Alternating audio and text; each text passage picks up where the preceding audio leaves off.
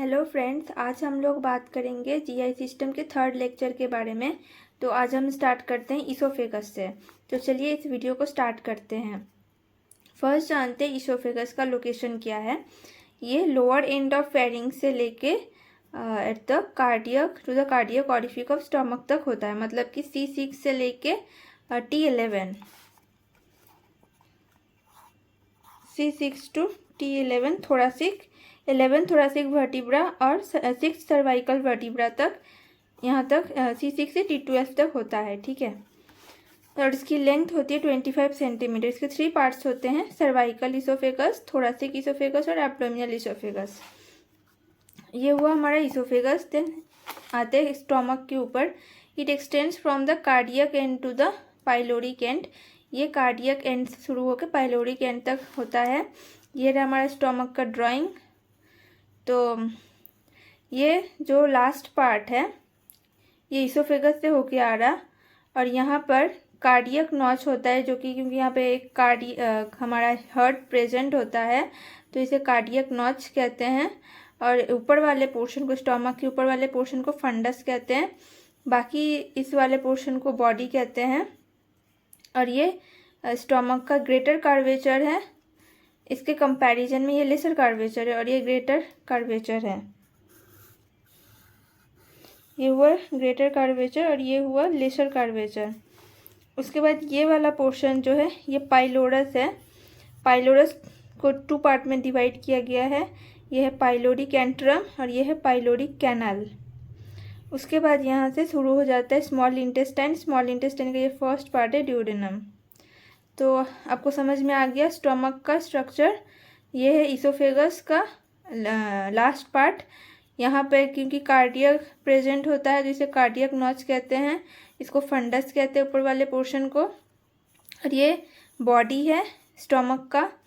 ये pylorus part है और पाइलोरस के 2 पार्ट है, एक पाइलोरिक एंट्रम और एक है पाइलोरिक कैनल।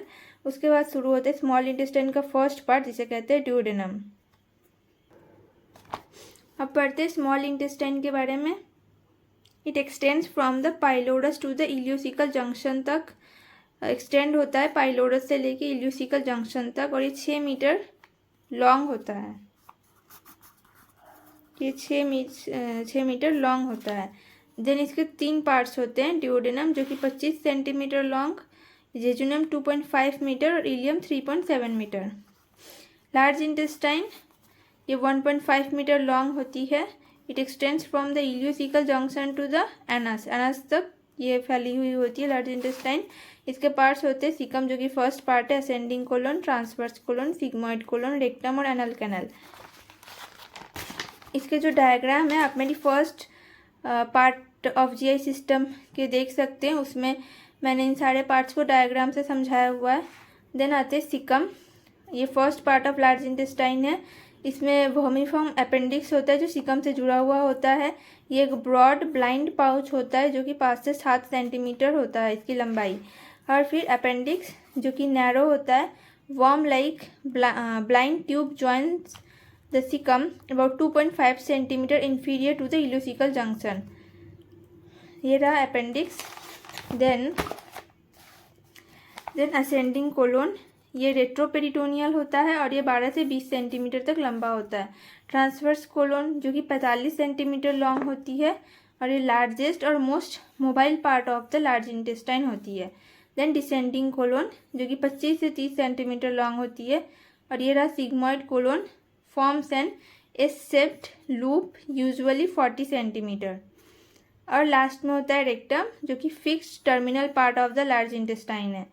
तो असेंडिंग कोलन होता है 12 से 20 सेंटीमीटर, ट्रांसवर्स कोलन होता है 45 सेंटीमीटर, डिसेंडिंग कोलन होता है 25 to 30 सेंटीमीटर, और सिग्मोइड कोलन जो है एस-शेप्ड का होता है और ये 40 सेंटीमीटर इसकी लेंथ होती है। रेक्टम जो कि लास्ट टर्मिनल पार्ट है ऑफ द लार्ज इंटेस्टाइन का। तो आज के लिए बस इतना ही, मिलते हैं नेक्स्ट लेक्चर में। सो आज के लिए थैंक यू।